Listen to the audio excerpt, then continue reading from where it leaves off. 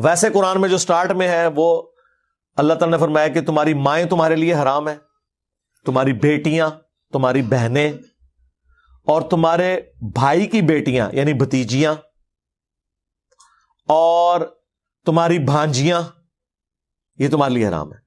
हां, भांजी या भतीजी की जो आगे से औलाद है वो तो आपके लिए गैर महरम है ना, उससे शादी हो सकती है क्योंकि उसका बाप अलग है, वो अलग नस्ल हो गई।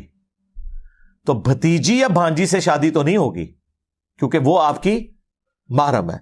लेकिन जब उसकी शादी हो गई और उस भतीजी या भांजी उसका खामंद, वो तो और है ना, वो तो नस्ल ही डिफरेंट होगी। बिस्मिल्लाहिर्रहमानिर्रहीम। पंजाबी की एक कहावत है कि नीम मुल्ला खतरा ईमान, नीम हकीम खतरा जान और नीम दर्जी खतरा थान।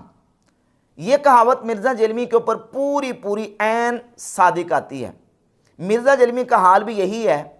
उर्दू किताबों से मसले पढ़ के लोगों के सामने मुफ्ती बन के बैठ गया और हैरत और तासुफ है उन लोगों के ऊपर जो दीनी शरई मसाइल मिर्ज़ा जलमी जैसे बंदों से पूछते हैं।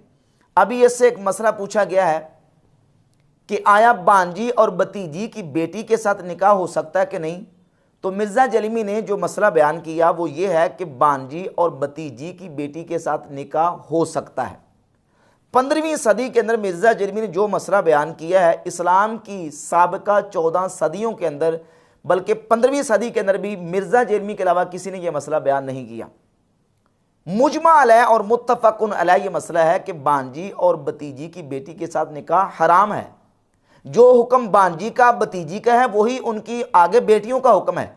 कुरान मजीद की सूरत निसा की आयत नंबर 23 में अल्लाह रब्बुल इज़्ज़त ने जिन रिश्तों के साथ निकाह करना हराम करार दिया है उनमें से बनातुल अखी व बनातुल उख्ती, भाई की बेटियां यानी भतीजियां और बहन की बेटियां यानी भांजियां, उनके साथ निकाह करना हराम है सूरत निसा की आयत नंबर 23 में।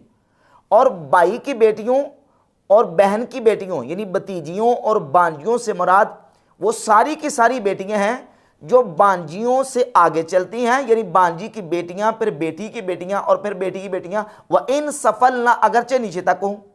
इसी तरह भाई की बेटियां और भाई की बेटी की बेटियां वह इन सफल ना अगरचे नीचे तक हों, वो सारी की सारी इसकी भतीजियां और भांजियां लगती हैं, उनके साथ निकाह करना हराम है। ये उम्मत का मुजमा अलैह मुत्तफ़क़ुन अलैह मसला है।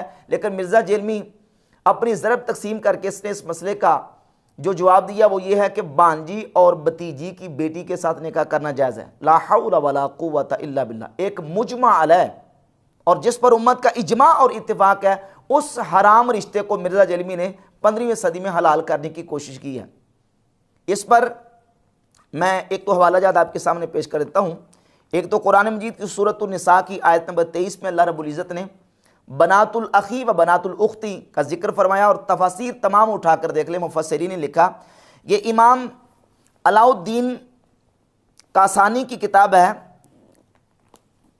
बदाए सनाए फी तरतीबी शराय की जिल्द नंबर 2 सफ़ा नंबर 530 पे वो लिखते हैं, व बनातुल अखी व बनातुल उख्ती व इन सफलना बिल इजमा, यानी बिल इत्तिफाक बिल इजमा, उम्मत का इस बात पर इजमा है कि भाई की बेटियां और बहन की बेटियां व इन सफलना अगरचे नीचे तक क्यों ना हो, यानी बेटियों की बेटियां हैं क्यों ना हो, उनके साथ निकाह करना कुरान की इसी आयत के तहत हराम है। उनके साथ निकाह नहीं हो सकता। कि ये मसला इख्तलाफी है ही नहीं, ये इत्तिफाकी और इजमाई मसला है जिसको मिर्ज़ा जलवी ने 15वीं सदी में एक हराम को हलाल करने की कोशिश की है।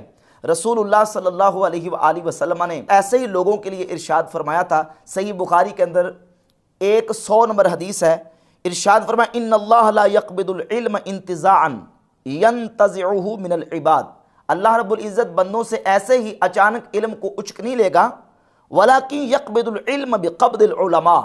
अल्लाह रब्बुल इज़्ज़त इल्म को उलमा के कब्ज़ करने के साथ उठा लेगा।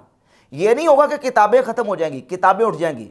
बुखारी, मुस्लिम, तिरमिज़ी, अबू दाऊद, इब्न माजा, निसाई वही किताबें रहेंगी। किताबें रहेंगी लेकिन उन किताबों को समझाने वाले, उन किताबों को पढ़ाने वाले सही मानों में जो उलमा हैं, जो दीन के आलिम हैं, वो उठ जाएंगे और अल्लाह रब्बुल इज़्ज़त उनके ज़रिए से इल्म को उठाएगा। हत्ता इदा लम युबकी आलिमन, हत्ता कि जब अल्लाह किसी आलिम को बाकी नहीं छोड़ेगा, इत्तखज़ अन्नासु रुऊसन जुहाला, तो लोग जाहिलों को अपना पेशवा बना लेंगे, जाहिलों को अपना सरदार बना लेंगे। फसुइलु फ़अफ़्तऊ बिग़ैरि इल्मिन, बस उनसे सवाल किया जाएगा और वो बग़ैर इल्म के लोगों को फतवा देंगे। फ़दल्लु व अदल्लु, वो खुद भी गुमराह होंगे और लोगों को भी गुमराह करेंगे।